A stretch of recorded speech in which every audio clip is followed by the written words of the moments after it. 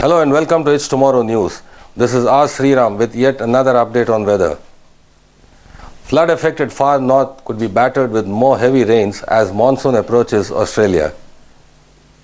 Residents of far north Queensland, still recovering from the devastation wreaked by ex-tropical cyclone Jasper, could be hit by more heavy rains from a monsoon trough over coming days, the Bureau of Meteorology has warned. There is a chance the monsoon trough may develop over the Gulf of Carpentaria by Thursday, bringing with it thunderstorms and potential flooding to the east coast and North Queensland, according to the Bureau. A senior meteorologist said the monsoon is expected to turn into a tropical low.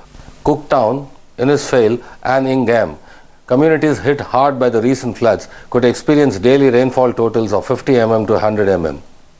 There is a 10 to 15% chance of the monsoon developing into a tropical cyclone, but the senior meteorologist stressed that it would depend on how long the weather system spends over water and how strong it gets.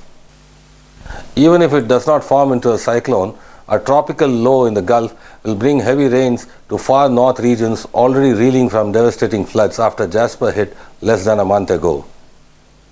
Along coastal parts of the Gulf, daily falls of 100 mm to 200 mm won't be out of question.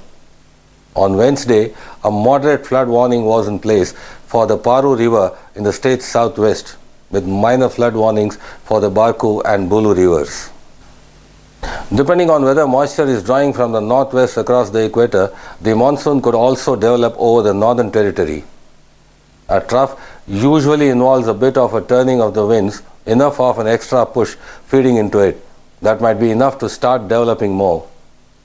When Jasper hit the Queensland coast on 13 December, it was a Category 2 cyclone and took almost 5 days to move west across the state.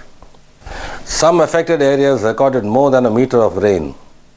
The damage from Jasper and continuing summer floods in Queensland is still being felt by communities. A landslide triggered by the cyclone, which cut off areas of the Captain Cook Highway, critical for tourism access, left 30,000 tons of mud and debris to be cleaned up from the road between Cairns and Port Douglas. The Queensland Transport Minister announced on Wednesday that parts of the highway would not be reopened to the public until January 20th, with many single lanes still under traffic control. That's all for now. For more updates, stay tuned with us on It's Tomorrow News. For more global weather updates like this, subscribe to our channel and hit the bell icon for regular updates. Thank you.